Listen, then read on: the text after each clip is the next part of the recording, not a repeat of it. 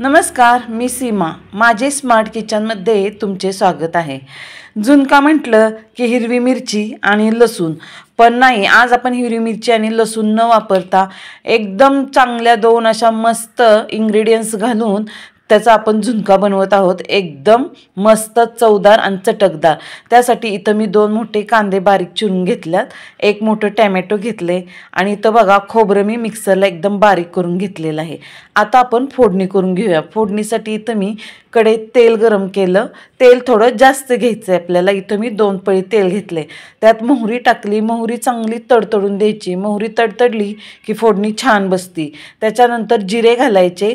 जिरे थोडे colour change झाला की त्याच्यात आपण कढीपत्ता घालणार आहोत. कढीपत्ता घातला की कढीपत्ता आपल्याला करपून द्यायचा नाही आहे.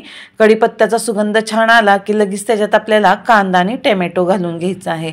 कांदा टोमॅटो छान मस्त परतायचं. आपल्याला गॅसची आच मीडियम ठेवायची आहे. कांदा टोमॅटो परतताना आपल्याला त्याच्यात अर्धा चमचा हळद आणि अर्धा चमचा मीठ घालायचं आहे. त्याच्यामुळे काय होतं, कांदा आणि टोमॅटो छान परतला जातो, लगेच सॉफ्ट होतो. त्याच्यामुळे आपण हळद आणि हे घातलेलं आहे. आता थोडी कोथिंबीर घालायची. फोडणीत थोडी कोथिंबीर घातली की त्याची चव खूप छान लागते. आपण काही बनवत असू, भाजी वगैरे, पिठलं काही, त्याची चव खूप छान लागते. आता आपण इथं मिर्च पावडर घालणार आहोत. ही मी कलरसाठी लाल मिर्च पावडर घातली आणि दुसऱ्या चमच्यातली आपली तिखट मिर्च पावडर आहे. आता आपण हे हलवून घ्यायचं आहे. थोडा वेळ करून असं हलवून घ्यायचं आहे. त्याच्यानंतर बघा इथं मी 1 चमचा धना पावडर घातले, 1.5 चमचा धना पावडर घातलेली आहे. तुम्ही म्हणताल एक घालून तुम्ही हलवून घेताय. हलवून घेतलं की पटकन आपल्याला छान सुगंध येतो आणि छान भाजलं पण जातं.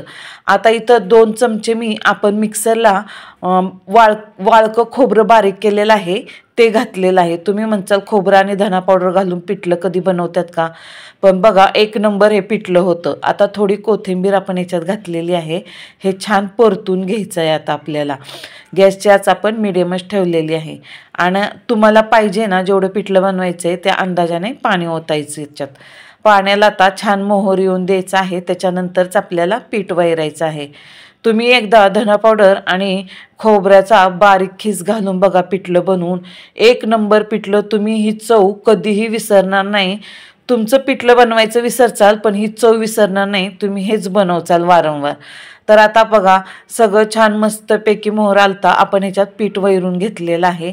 पीठ एकदम आपल्याला घट्ट होईल असं नाही वैरायचं आहे. थोडं सैल राहील असं ह्याप्रमाणे आपल्याला पीठ घालून घ्यायचं आहे ह्याच्यात, म्हणजे शिजून अजून नंतर घट्ट बनतं पिठलं. तर बघा आता ह्याच्यात मी पीठ घातलेलं आहे. सगळं व्यवस्थित छान हलवून घ्यायचं आणि मस्तपैकी आपल्याला ह्याला वाफ काढून घ्यायची आहे. पीठ घातलं का नाही की चांगलं हलवून घ्यायचं, म्हणजे कुठं कोरडं पीठ राहणार नाही आहे, त्याची काळजी घ्यायची. आणि गॅसची आच आपल्याला मिडियमच ठेवायची आहे. जास्त फुल केला तर मग पिठलं खाली लागेल. आणि वरनं आपल्याला थोडंसं तेल सोडायचं आहे. आपलं पिठलं एक वाफ काढून घेतली का नाही की त्याच्यानंतर आपल्याला तेल सोडायचं आहे थोडं. तर बघा आपण तेल इथं सोडलेलं आहे थोडं. सगळं एकसारखं हलवून घ्यायचं. आता अजिबात कुठं लागलेलं नाही. आता अजून ह्याची छान 5 मिनटं वाफ काढून घेतलेली आहे आपण. आता पिठलं एकदम मस्त झालेलं आहे बघा. आणि सुगंध तर इतका छान सुटला आहे ना, चव तर ह्याची अप्रतिम असते. तुम्ही ही रेसिपी खरंच नक्की करून बघा. काही जास्त ह्याला सामान वगैरे लागत नाही आहे आणि सोपी एकदम रेसिपी आहे. आणि काहीतरी नवीन म्हणून तुम्ही बनवून बघा. ही झुणका एकदम छान बनतो. आणि आवडल्यास माझ्या चॅनलला सबस्क्राईब जरूर करा.